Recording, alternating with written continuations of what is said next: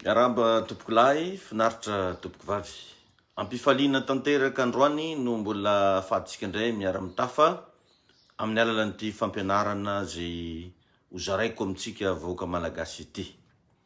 Ny tenako Pasteur David Rakotonandrasana dia miarahaba anao amin'ny anaran'i Jesosy Kristy, sady faly tafahoana aminao indray satria fotoana anisan'ny lehibe ny fafahana mizara fahalalana, mizara fatakarana, mizara fiainana, indrindra afahantsika mizara ny fahaiza-manao avy amin'Andriamanitra. Ny tenako manokana moa dia fifaliana ho anahy ny mizara amintsika rehetrarehetra.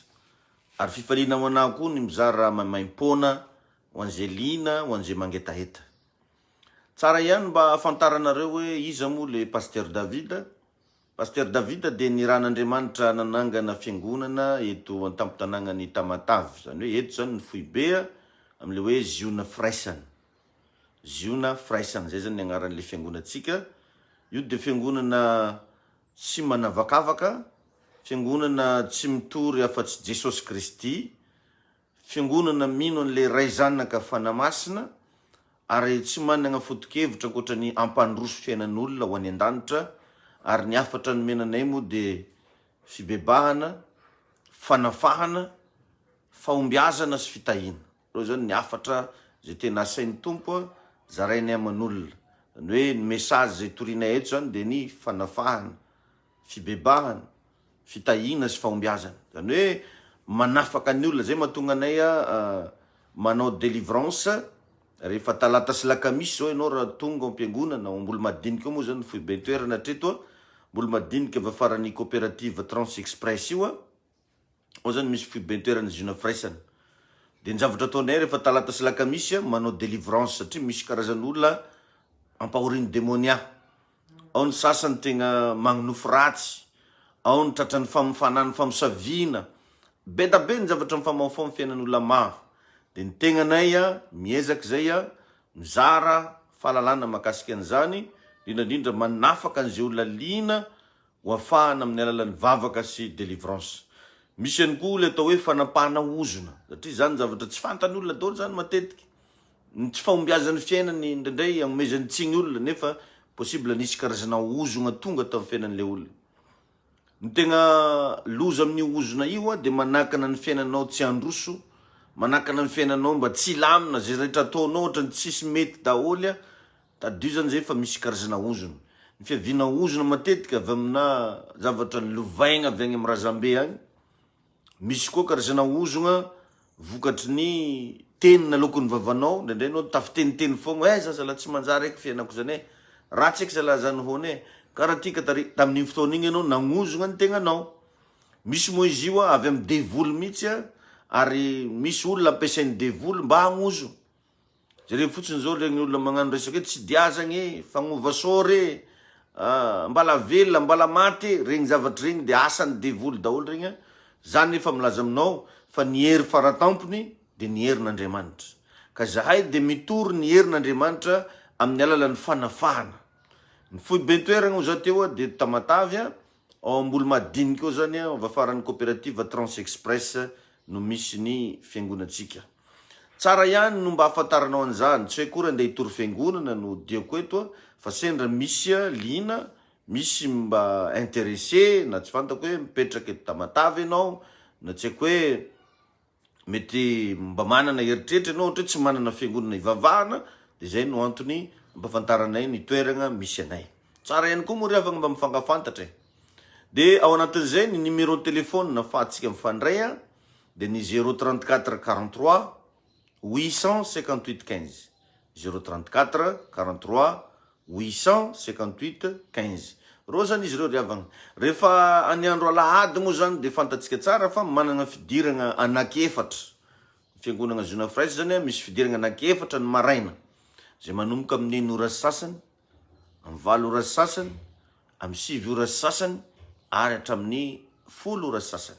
Reo zany fotoana hitatsika ao amin'ny fiangonana Ziona Fraisan rehefa alahady maraina. Fa rehefa alahady après-midi indray manomboka amin'ny 3 ora tolakandro.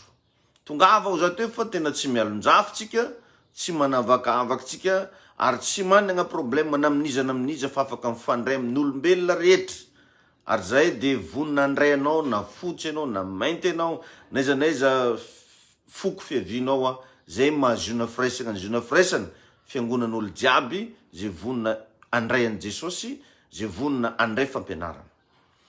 Mamerina ny fiarabana ho antsika rehetrarehetra ny ampitan-dranomasina neto Madagasikara zay manaraka mivantana ny fotoana.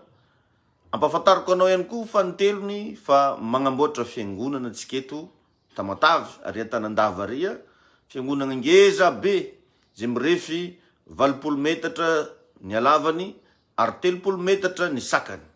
Io moa de agnentanako antsika voaka malagasy rehetra tsy ankanavaka na mpivavaka tiziona ianao na tsy mpivavaka tiziona ka mba te hanampy te hanohana misokatra ny varavarana tompoko.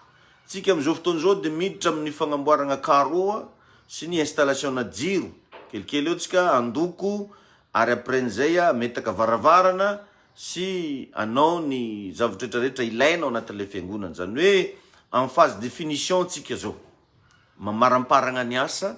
Ny fanirinay moa de mba avitany izy io am'ty taona ty fa apetraka amin'ny tompony zavatra rehetra ka miangavy anao tsara sitrapo naizanaiza misy anao magnaraka nyty fandarany ty manentana anao zay mba anohana amatsy na ara-bola na ara-materialy na ara-kevitra ara-bavaka ilainay daholo zany tompoko. Misokatra ny varavarana raha sendra misy mba te hanampy tsy manery tompoko fa mampafantatra ary miangavy raha sitrako indrindra toano ny asan'Andriamanitra. Ny numéro telefôny nafahantsika mifandray araky ny efa nampitaiko teo de ny 034 43 858 15 034 43 858 15. Reo zany no numéro telefôny afahantsika mifandray, afaka atsoinao io rehefa aveo afaka atsoinao io amin'ny fotoana rehetrarehetra ny anahy mihitsy moa io ary raha andefa anao ay mivola misy compte mivola ihany koa io amin'ny agnarany David. Zay riavagna ny ela fa iroso amin'ny fampianarana tsika, iroso amin'ny lesona zay tsara ho fantatra, zay ilainao indrindra amin'ity andro androany ity. Vavaky tsika raha sitrakao magnatonga kaikaiky ny télé anao ianao magnatonga kaikaiky ny YouTube anao ianao, magnatonga kaikaiky ny Facebook anao ianao fa ivavaky tsika melony andrinisanao ny fampianarana. Ray masonao mivavaka amin'ny anaran'i Jesosy mametraka an'izao lesona izao ndray ampelatagnanao. Aoka tompo ho isy fiainan'olona iova ndray ambadika zao ho isy fanan'olona voakasika ndray ambadika zao ary ho isy fandraisana lehibe amin'ny isan-tokantrano. Tahina tompo ny fandraisana ny lesona, ho tahina zay rehetra mandre, zay rehetra ao anatin'ny aretina tompo andray fanasitranana no ny herin'ny azo fijaliana. Zay rehetra marary tompo ianao mihitsy no efa hanafaka azy, zay rehetra mpahoriny demonia afaka amin'ny tianao androany ity. Tononoko ny fiadanana Jesosy Kristy amin'ny fiainan'ny olona tsiraray avy, amin'ny tokantranon'ny olona tsiraray avy. Misaotra fanamasinao amin'ny anaran'i Jesosy. Amen. Zay riavagna Noela fa iresaka aminao za ny atao hoe fiainana miaraka amin'Andriamanitra. Zay zany aloha zany zavatra anankiray ho resantsika hoe fiainana miaraka amin'Andriamanitra. Betsaka riavagna ny olona amizao mandeha rery, mandeha seul. Tsy vitsy ny olona tena tsy mahatsapa ninina tsony izy amin'ny fiainany. Tsy maheno tsony izy hoe ohatrotry ny ahoana moa ny tsiro ny fiainana ary tsy hitany tsony mihitsy hoe inona ny mazava-dehibe zany atao hoe miaigna zany. Tadidio riavana fa Andriamanitra raha nagnamboatra antsika de manana tanjongany amin'ny fiainantsika izy. Manana programa izy ny aminao io. Ary indrindra mba tiako azavaigna kely aminao an'ity volana Oktobra zay lalovantsika ity, zay azo lazaigna hoe volana 10. Jereo tsara fa atramizay ny volana antsika de hoe 01, 02, 03, 04 jusqu'à 09 farany teo tamin'ny septambra. Zao tsika zao miditra 10. Zany hoe le aotra igny na le faria fara fa nasigna chiffre 1 eo aloha eo. Dika zany riavana fa fahafenona, fatanterahana. Ka sahala amin'ny antsika tiziona moa zany zao de megnanaragna le volana hoe volan'ny filazantsara. Beta be ny olona raha vao miresaka hoe filazantsara zany de oziny sasany hoe toroteny ndraiky ngamba zany. Baiboly ngamba zany. Tadio fa ny definition zany de mazava be raha olona mahay mamaky teny tsara de filazantsara. Zany hoe milaza zavatra tsara. ty volana oktobra ty zany de ilaza zavatra tsara eo amin'ny fiainanao satria tsy irery tsony ianao manomboka eto fa nasian'Andriamanitra chiffre 1 io 1 aloha io Andriamanitra io zany hoe raha ohatra zany ianao hatram'izay nasiana 1 alohanao de lasa 10 raha 003 ianao hatram'izay raha nasiana 1 de lasa 1000 midika zavatra zany riavana mahaiza mandray zava-panahy mahaiza mba manana fatakarana rehefa maheno lesona indrindra amin'ny zavatra iainana andavanandro io miteny daholo izy io misy dikany izy io ary afaka andraisanao fahasoavana sy fitahina lehibe avy amin'Andriamanitra. Ohatran'izay riavana ny zavatra anankiray tiako mba tenenina antsika rehetrarehetra zay manaraka nyty fandarana ity fa ity volana ity zany tononoko mihitsy amin'ny anaran'i Jesosy ahita zavatra tsara ny fiainanao ahita fandresena ny fiainanao ary engany mba ho ela velona ianao sady ho salama zay zavatra tsy azonao hatram'izay ho azonao amin'ity volana ity zavatra mbola tsy nitranga tao amin'ny fiainanao hatram'izay mba hitranga amin'izay amin'ny anaran'i Jesosy zay rehetra irinao sy andrandrainao ny ho azonao ary ho hitany masonao. Ro riavana mba tsara ihany mba fantarinao an'izany hoe ity volana ity volana spesial zay tokony ahitanao ny famirapiratany voninahitry'Andriamanitra sy ny fitahiny lanitra. Fa zao zay resaka aminao le hoe fiainana miaraka amin'Andriamanitra. Efa voalazan'ny Baiboly zany fa raha misaraka amiko ianareo izy tsy maefa manao na inona na inona. Jerevy tsara fa tao anaty Baiboly tao nisy mpanompon'Andriamanitra be da be anisan'izany zao Enoka, Elipaminany, reo lehilan'Andriamanitra anankiroa reo de nidefie ny fiainan'olombelona mihitsy. Zany hoe ny fialan'izy ireo teto ambony tany de tsy tamin'ny alalan'ny fahafatesana fa niakatra velona nakany an-danitra izy. Niakatra velona Eli, niakatra velona Enoka. De rehefa nidinina nefa rehefa mba mamaky Baiboly ianao mandinika tsara hoe inona ny sekren'izy ireo lahy reo de voalazan'ny Baiboly fa niara nandeha tamin'Andriamanitra izy. Zany hoe tsy nandeha rery zany izy fa niara nandeha tamin'Andriamanitra. Ilainao, ilaitsika, ilain'ny fiainana, ilainao zay miaino na io ny fiarahana amin'Andriamanitra. Tsy mety riavana zany hoe mipetraka irery zany. Tsy tsara zany riavana hoe za sady tsy mivavaka sady tsisy raha mba ataoko fa de mipetraka fotsiny eo. Tadidio fa ity fiainana ity dia nisy nanamboatra. Ity fiainana ity de misy Andriamanitra zay nahary azy. Noho izany mila miaraka am'le nanamboatra ianao. Mila miaraka am'le nahary ianao de tsy iza zany fa Jesosy Kristy. Za de tegna mampirisika antsika rehetrarehetra mihitsy raha mba azonao atao raiso Jesosy ho tombo sy mpamonjy ny fiainanao. Fotoana zao andraisana zany Jesosy zany. Fotoana zao ibebahana. Fotoana zao iovana am'izay mety ho karazana toetra ratsy, fiainana ratsy zay nahazatra anao. Tonga vasaina ary lasana bavy fa ela zay ny mety nanaovanao niditranao. Mety efa ela zay ny aignanao tamin'io karazam-piainana zay tsy mety nahitanao fiovana io. Ndao ndray mba agnaraka n'ity prinsipa vaovao atoroko anao ty, ndao anaradian'i Jesosy. Ndao ivavaka, ndao hanompo an'Andriamanitra. Fa ho hitanao fa misy karazan-javatra ovan'ny tompo amin'ny fiainanao io.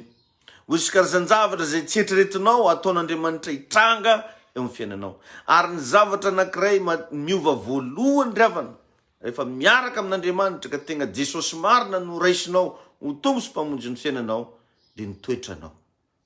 Ny toetranao.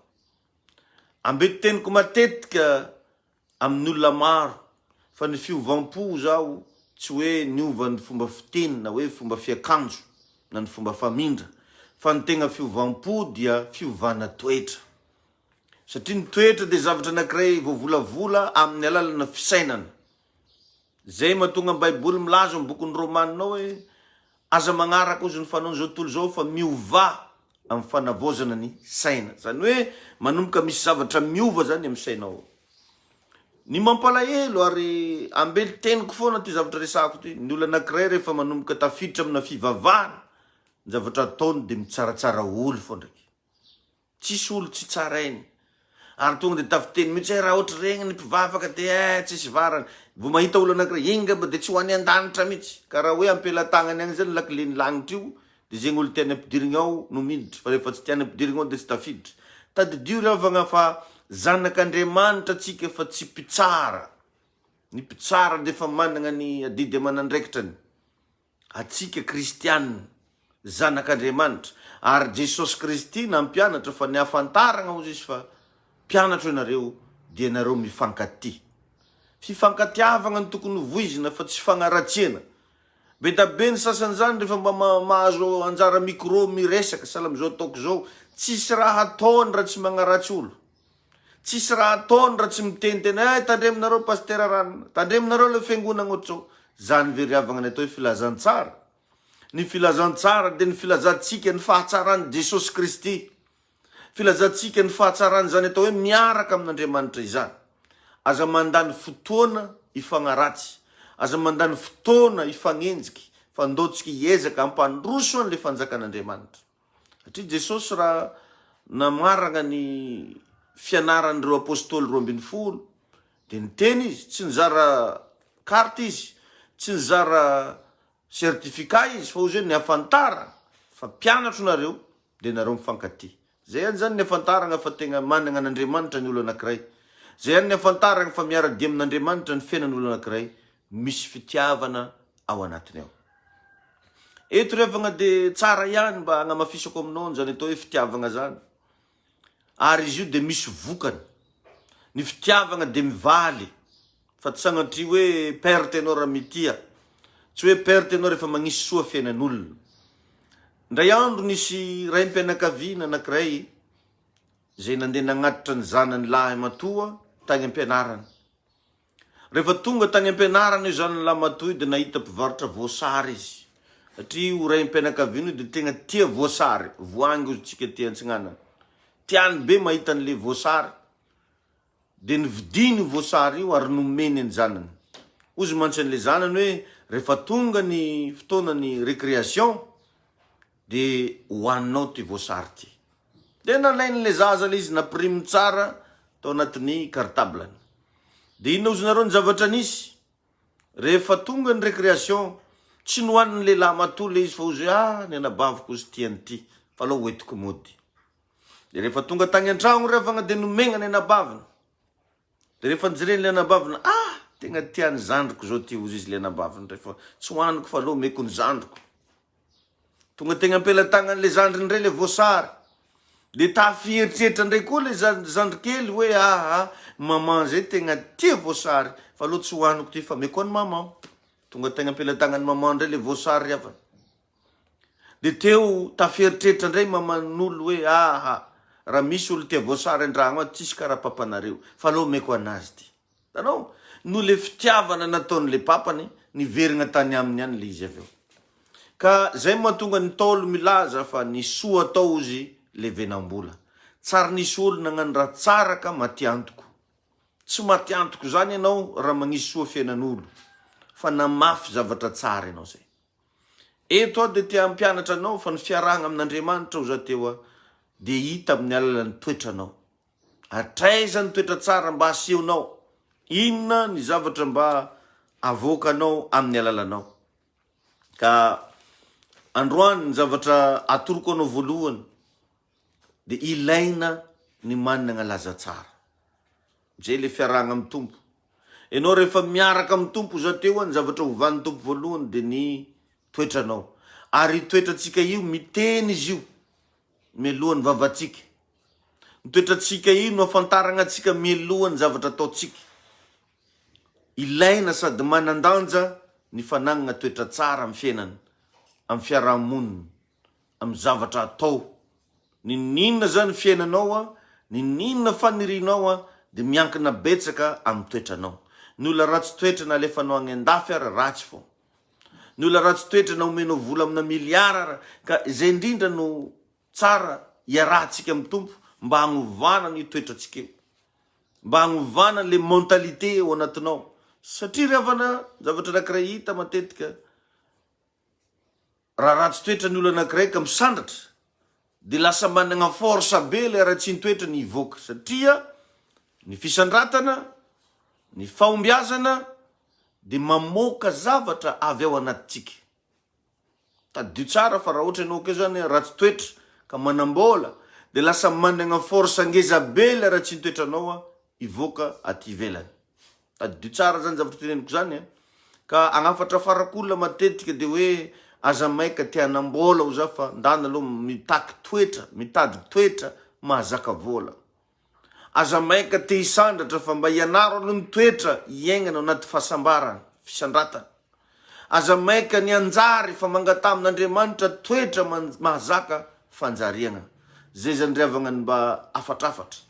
Ka eto dia atoroko anao fa zava-dehibe ny fanagnana toetra tsara.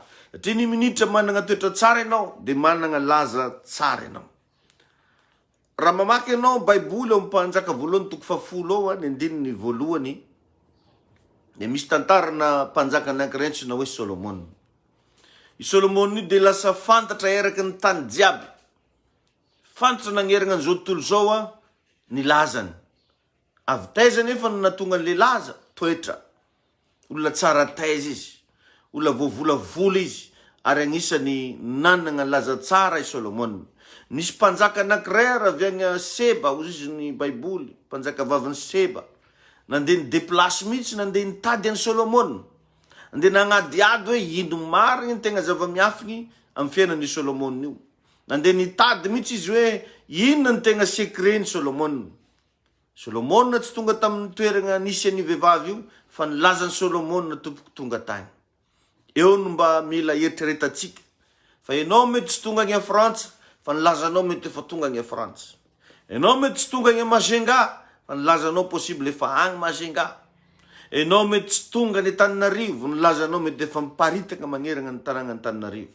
Ka ianaro riavana, manomboka agnatin'ny tokantrano, manoloana ny vady aman-janaka, any amin'ny toeram-piasana, any amin'ny fiarahamonina misy ianao agny, ndana anehoy toetra tsara, mba tonga anao anana laza tsara. Solomon tamin'ny fotoana ny mpanjaka voalohany toko 10 io, mbola tsara nagnitsaka ny firenena Sabeanina ny tongony, fa ny lazany kosa efa nagnerana ny tanàna. Ka ny toetranao dia miteny melohan'ny vavanao. Ka mba magnontany anao zany anao mihaino anahy io, inona zao mba resan'olona makasika anao? Fa mikonto betsaka zany. Teto dia nahazo voninahitra ny agnaran'Andriamanitra noho i Solomon. Teto dia lasa tegna te hivavaka aby n'olona izy koa karaha ingahy, ireo mpivavaka, aleko reo mba mivavaka. Fa matetika riavagna tsy zany ny toetrantsika. Be da be ny olona manana toetra ratsy, araka le nresako teo. Vitsy kely ny olona mba mahay magnome voninahitra olona. Izy io heverin'ny olona sasany fa ny fagnomezana voninahitra dia lasa ambany be ny fiainany. Tadidio riavagna fa ny fahaizanao magnome voninahitra olo dia midika fa olona manana voninahitra anao. Ny fahaizanao magnaja olo dia midika fa olona manana ny ajanao ianao. Ka mba andao hifagnome voninahitra, andao hifagnaja fa mandany lera mifagnenjiky sy mifagnaratsy eto foana. Afatrafatra zany ny fiarahana amin'Andriamanitra dia miainga avy amin'ny alalana toetra. Ny fiarahana amin'Andriamanitra dia miainga avy amin'ny alalana fiovantsaigny. Ka raha vao izay ny zava-misy dia lasa manana laza tsara ianao eo anatrehan'Andriamanitra, eo anatrehan'ny fiarahamonina. Ny zavatra anankiray magnaraka mila anagnatsika satria agnisan'ny fahendrena izy resako anao te. Ny mpanjaka endrindrindra teto ambony tany dia tsy iza fa i Solomon. Ary voalazan'ny Baiboly fa tsisy manana fahendrena mihoatra ny Solomon intsony. Ny zavatra hita tamin'ny Solomon io nefa rehefa mba namangy anazy le mpanjaka vavin'ny Seba, ngeza noho ny zavatra heno, ny zavatra hita teo amin'ny fiainana. Eo zany riavagna mba tsara mangalantsika lesona koa. Aoka zany ny lazanao miparitaka mbola kely raha paraporo amin'le tegna fiainanao. Mety misy olona miteny anao hoe tsotra rô ingahy igny tsotra rô madama igny fa mba tokony rehefa mihaona aminao izy mahita ny fahatsoranao mihoatra lavitra noho zay nyresahan'olona, noho zay nalazain'olona tany ambadiky. Zay zany tokony ho hita amin'ny fiainantsika. Ary mila apetraka atsika tsara mba tsy olona piatsara velantsika, hoe mody tsara nefa ratsy, mody mafinaritra nefa tsisy ilagna azy. Fa aoka mba tegna le enao, manao anao mihitsy ny mampalaza anao. Fa tsy zavatra hoe impression akory, fa tsy zavatra hoe manaitra fotsiny ety ivelany. Satria ny zavatra ety ivelany ange mandalo fa ny tegna toetranao maharitra, ny tegna toetranao ao anaty. Ka ndomba volavolaina io toetra io, ndomba kolokoloina io toetra io, mba ho lasa toetra mafinaritra, asoa ny hafa, asoa ny fiarahamonina sy ny mpiarabelona aminao. Rosany le izy rehafany. Ny zavatra mila fantanao ihany koa fa ny valeur anao tsy miankina aminao rery fa miankina amin'ny manodidina anao. Ny valeur anao tsy miankina aminao rery fa miankina amin'ny manodidina anao. Eo riavagna no ilana ny atao hoe fahasamihafana. Ny olona miaraka amin'Andriamanitra dia mila mahay manaja ny fahasamihafana. Tsy voatery hitovy aminao ny olo rehetrarehetra. Tsy voatery hifagnaraka amin'ny eritreritrao ny zavatra mitranga amin'ny fiainana. Mila mahay magnaja tsika, mila mahay mitia ny fahasamihafana isika. Tsy voatery ho fotsy daholo olo jiaby fa misy ny namboarin-Janahary ho mainty. Tsy voatery ho lava daholo olo jiaby fa misy ny namboarin-Janahary ho fohy. Ary tsy voatery hitovy ny olombelona rehetra namboarin'Andriamanitra. Vao malomalo moa zany nagnazavan'izay tamin'olona tao amin'ny Facebook tao hoe aza malahelo raha sendraka tsy mitovy aminao ny olona rehetrarehetra. Aza malahelo raha sendraka tsy mitovy amin'olo rehetra ianao. Fa efa io mihitsy no mampety ny fiainanao, io mihitsy no mahasoa anao, io mihitsy no mendrika anao satria sitrapon'Andriamanitra io, programan'Andriamanitra io. Jereo fa na io ratsan-tagnantsika 10 io riavagna tsy mitovy nefa vatanao ihany io. Raha niteraka ianao zao tsy voatery hitovy aminao daholo ny zanakao. Dinio tsara zany zavatra teneniko zany. Ohatra zany koa ny fivavahana, tsy voatery hitovy riavagna ny fivavahana. Ary efa voalazan'ny Baiboly zany zarizaraigna samy manana ny azy ny fanomezam-pahasoavana. Sahala amin'nay atoziona zao izy fa nazaveko anao teo igny, ny zavatra torinay atoziona dia fibebahana, fanavahana, fitahina ary fahombiazana. Mety misy nen'olo sasany tsy zany ny zavatra toriny, ka tsy midika raha vao tsy mitovy aminao ny olo anankiray dia tsy izy. Tsy midika rehefa zavatra anankiray tsy hita amin'ny fiainanao dia tsy izy. Fa raha mba mitory an'i Jesosy Kristy izy, raha mba mino an'ilay ray zanaka fanamasina izy, andao hifankatia, andao hiara-dalana. Ohatra riavagna ny zavatra tiako ampitaina. Ary rehefa miaraka amin'Andriamanitra zany ny toetra hita anatinao voalohany dia ny fitiavana. Ary ny fitiavana dia manosika atsika ahay hifanaja sy hifankatia. Entre parenthèse moa zay, fa ny valeranao za teo tsy miankina aminao rery fa miankina amin'ny manodidina anao koa. Zany hoe mila jerevanao manokana ny vady aman-janakao. Satria miankina amin'ireny no agnajan'ny olonanao sy agnomezan'ny olonanao tombambidy. Manahoana ny zanakao mba zaza malala fomba ve? Manahoana ny vadinao mba olona mendrika ve? Manahoana ny fadiovanareo anaty tokantrano, ny fitondrantegna ny tsirairay avy. Jerevintsika tsara fa matetika ny zavatra hita ohatra amina mpivady, le lehilahy miaingo be, le lehilahy mangilatra be, fa le vehivavy tsy zarizary ny fiainany. Le vehivavy na hipaozy ara-tsy ainy. Tadidio fa ny tombambidinao tsy hita aminao rery fa hita koa amin'olona magnodidina anao. Karaha miaraka amin'Andriamanitra riavagna ny atao hoe fivavahana dia fisokafan-tsaigny, fisokafam-pagnahy ary fisokafana vatana. Satria ireo zavatra anankitelo ireo ao anatintsika ao. Satria tsika olombelona dia manana an'izay tridimensionnel zay, saina, vatana, fanahy. Ireo mila haitsika mikolokolo an'ireo. Fa tsy hoe rehefa mivavaka amin'Andriamanitra na miaraka amin'Andriamanitra dia ara-panahy be foana. Misy vatana koa tompoko eo, misy saigny koa eo ary misy fanahy koa eo. Ireo zavatra ireo zany mameno ary mamolavola ny maha-olona ny olona.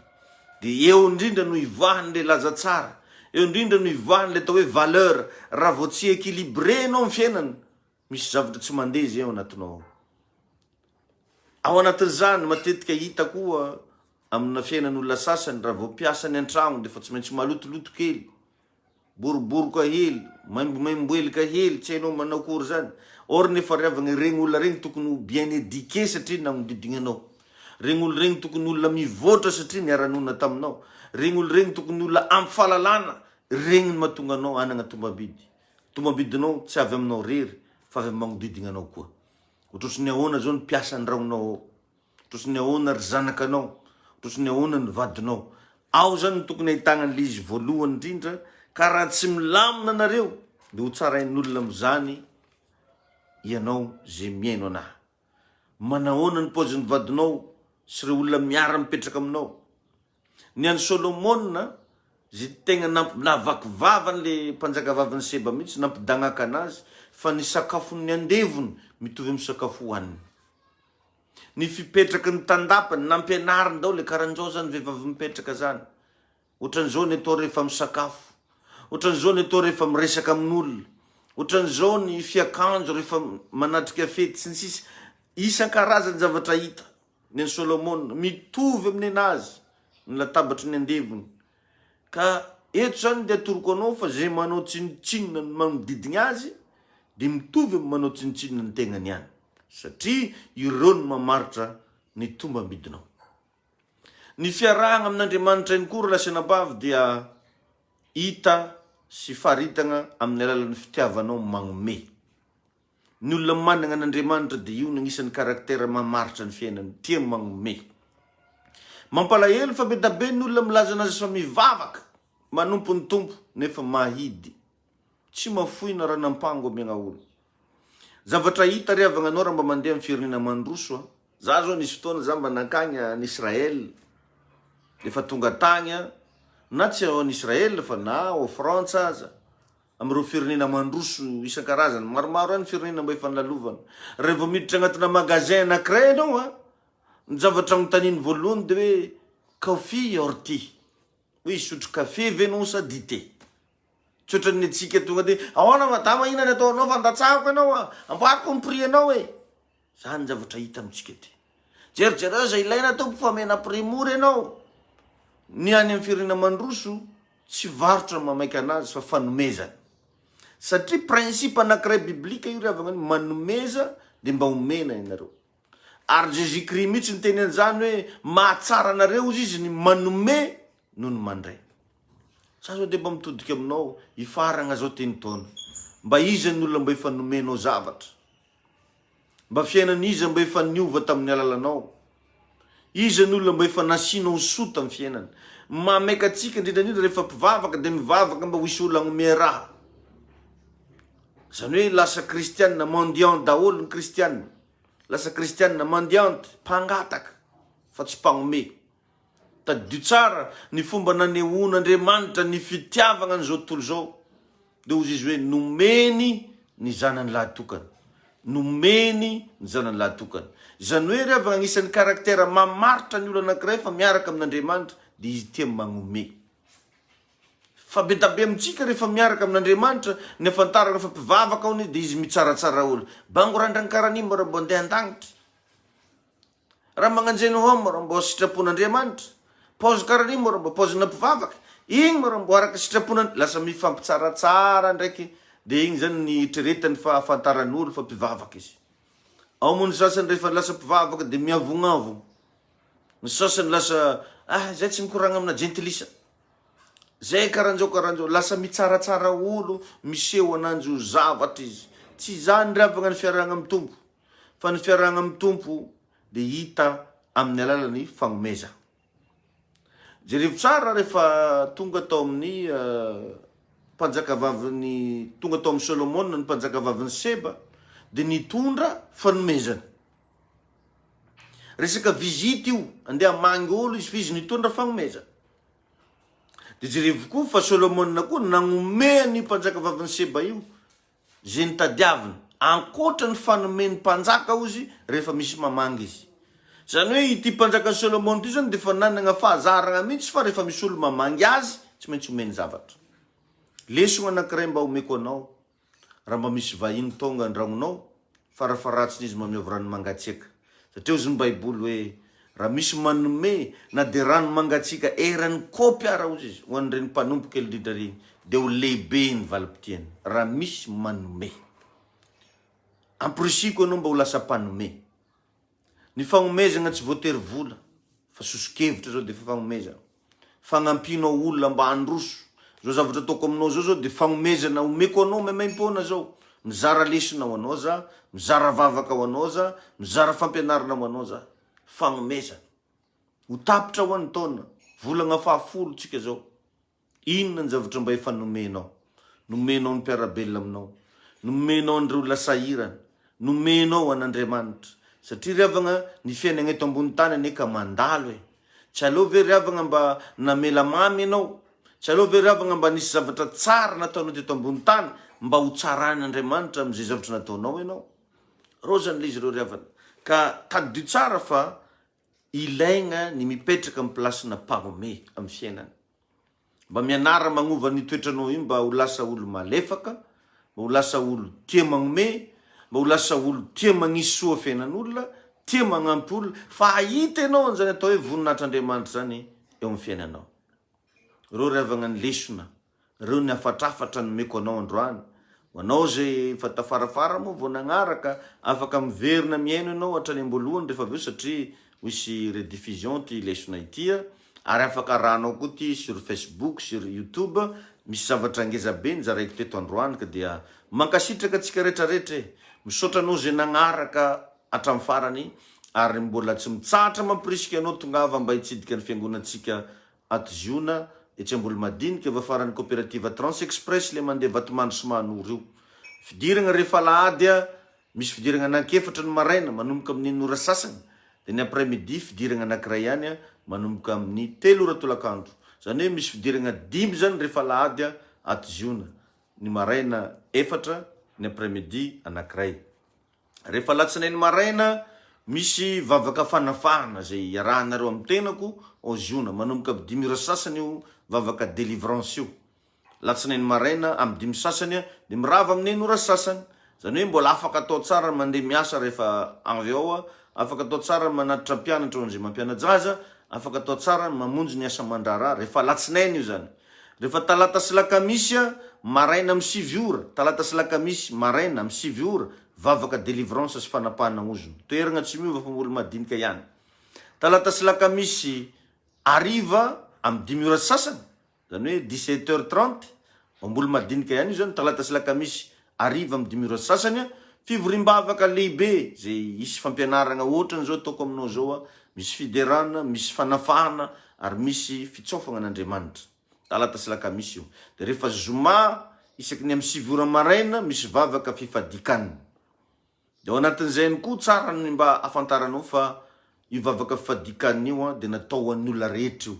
Ato ziona zany aza mba mailo mihitsy ianao za tsy mpivavaka ao ve dia andeha ao. Raisiny am-pitiavana anao tompoka reo tsisy ankamo tanitany zany hoe olo avezana olo avary. Satrinay ara, tianay ara mba misy olona vaovao tonga magnatrika ny fiangonanay. Tsara ihany koa mba afantarana antsika fa efa misy ziona firaisana agny Asambava, Mananara, Maroantsetra, misy ny Vavatenina, Fenirivesta, Mahamboa, Full Point, io Bricaville io, Vatomandry, Mahanoro, agny Ampanitomaizina agny misy fiangonana ziona firaisana. Zany hoe fa miparitaka. Ny eto tampon-tanàgnany Tamatave zao misy fiangonana ziona firaisana, Verrerie, Dépôt, Ambalamanasy, Bassain-Drano, amin'ny toerana maro isan-karazany reo eto Tamatave misy fa fibentoerana no ambolo madinika ao amin'ny fiangonana ziona firaisana etsy ambolo madinika va faran'ny coopérative Trans Express. Ny numéro telefôny nafahanao miantso na mifandray amin'ny pasteur David dia ny 034 43 858 15, 034 43 858 15. Aza digniny mba manohana ny fiangonantsika mamatsy arabola amin'ny fagnamboarana ny mega eglizy, tahin'Andriamanitra daholo anetsika rehetrarehetra zay nanaraka, ny heriny ny avo indrindra ny ameno andrakotra ny fiainanao. Jesosy Kristy ny anomenao fiadanana sy fandresena.